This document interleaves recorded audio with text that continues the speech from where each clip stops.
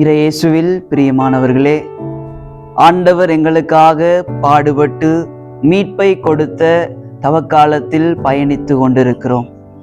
இந்த நாளில் உங்களோடு யாருக்கு இந்த தவக்காலம், எதற்கு இந்த தவக்காலம், இந்த தவக்காலத்தில் நாங்கள் எதை பற்றி சிந்திக்க வேண்டும், எதை பற்றி தியானிக்க வேண்டும் என்பதை பற்றி உங்களோடு பகிர்ந்து கொள்ள ஆசைப்படுகிறேன்.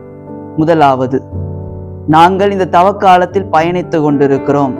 இந்த தவக்காலம் யாருக்குரியது, யாருக்கு சொந்தம், யாருக்காக உருவாக்கப்பட்டது என்பதை லூக்கா நற்செய்தி 22வது அதிகாரம் 20வது வார்த்தை அழகாய் சொல்கிறது. எனது தூய இரத்தத்தால் நிலைப்படுத்தப்படும் புதிய உடன்படிக்கை, இதை நீங்கள் நினைவு கூற வேண்டும். பிரியமானவர்களே, ஆண்டவராக இயேசு கிறிஸ்து ஒரு உடன்படிக்கை செய்து கொள்கிறார். அந்த உடன்படிக்கை அவருடைய இரத்தத்தால் உருவாக்கப்பட்டது.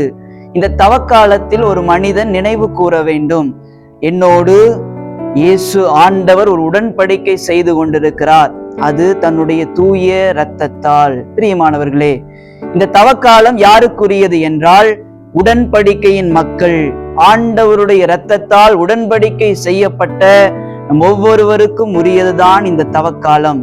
இந்த உடன்படிக்கையில் ஒரு மனிதன் எதை நினைவு கூற வேண்டும்?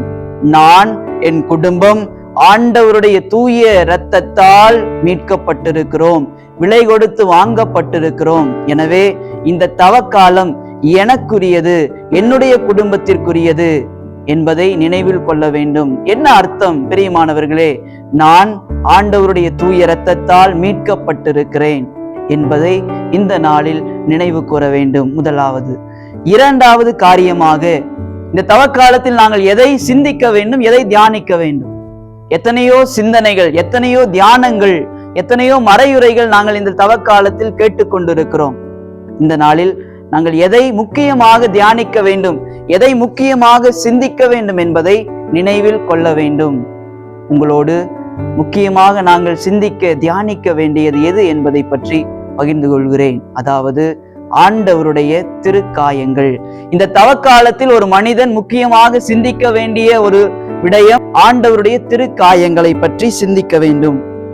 நம்முடைய தாயாம் திருச்சபை ஆண்டவருடைய திருக்காயங்களை 5 வகையாக வகைப்படுத்துகிறது. அதாவது ஆண்டவருடைய இரு கரங்களில் ஏற்பட்ட காயங்கள், அவருடைய இரு பாதங்களில் ஏற்பட்ட காயங்கள், அவருடைய திருவிழாவில் ஏற்பட்ட காயங்கள். இந்த காயங்கள் வழியாக ஒரு மனிதன் எதை பெற்றுக் கொள்கிறான்?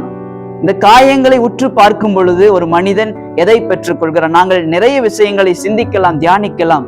ஆனால் இந்த தவக்காலத்தில் முக்கியமாக தாயாம் திரு அவை எங்களை ஆண்டவருடைய திருக்காயங்களை தியானிக்க அழைக்கிறது. ஆண்டவருடைய திருக்காயங்களில் நாங்கள் எதை பெறுகிறோம்? திருச்சபை எங்களுக்கு அழகாய் சொல்கிறது. யோவான் நற்செய்தி 19வது அதிகாரம் 34வது இறைவார்த்தையில், படை வீரர்களுள் ஒருவர் ஈட்டியால் அவருடைய விலாவை குத்தினார், உடனே இரத்தமும் தண்ணீரும் வெளிவந்தன. பிரியமானவர்களே, திருவிழாவின் காயத்தில் இருந்து வழிந்தோடின இரத்தத்தினாலும் தண்ணீரினாலும் திருச்சபை சொல்கிறது எங்களுடைய அருள் அடையாளங்கள், அருட்சாதனங்கள் உண்டாயின. அப்படி என்றால் என்ன அர்த்தம்? காயங்களினால் ஒரு மனிதன் அருளை பெறுகிறான், காயங்களினால் ஒரு மனிதன் விடுதலையை பெறுகிறான், காயங்களால் ஒரு மனிதன் கிருபையை பெறுகிறான். இன்றைக்கு நாங்கள் எங்களுடைய வாழ்க்கையில் காயப்பட்டிருக்கலாம், ஏதோ ஒரு விதத்தில் எல்லோரும் காயப்பட்டிருக்கிறோம். மனதளவில், உடல் அளவில், எங்களுடைய சொல்லால், சிந்தனையால், செயலால் காயப்பட்டிருக்கிறோம். நாங்கள் என்ன செய்ய வேண்டும்? இந்த தவக்காலத்தில் ஆண்டவருடைய திருக்காயத்தை நாங்கள் உற்று பார்க்கும் பொழுது ஆண்டவருடைய திருக்காயம் எங்களை தேற்றும். 1 பேதுரு 2:24 அழகாய் சொல்கிறது, அவர் தம் காயங்களால் நாம் சுகம் பெற்றோம், அவர் தம் தழும்புகளால் நாங்கள் சுகம் அடைந்தோம். இன்றைக்கு ஆண்டவருடைய காயங்களை உற்று பார்க்கும் பொழுது எங்களுடைய காயங்கள் மறைந்து போகிறது. எங்களுடைய வேதனைகள், எங்களுடைய வருத்தங்கள் எல்லாம், எங்களுடைய இயலாமைகள் எல்லாம் மறைந்து போகிறது. ஏனென்றால் அவருடைய காயங்களால் நம்மை அவர் சுகப்படுத்தி இருக்கிறார்.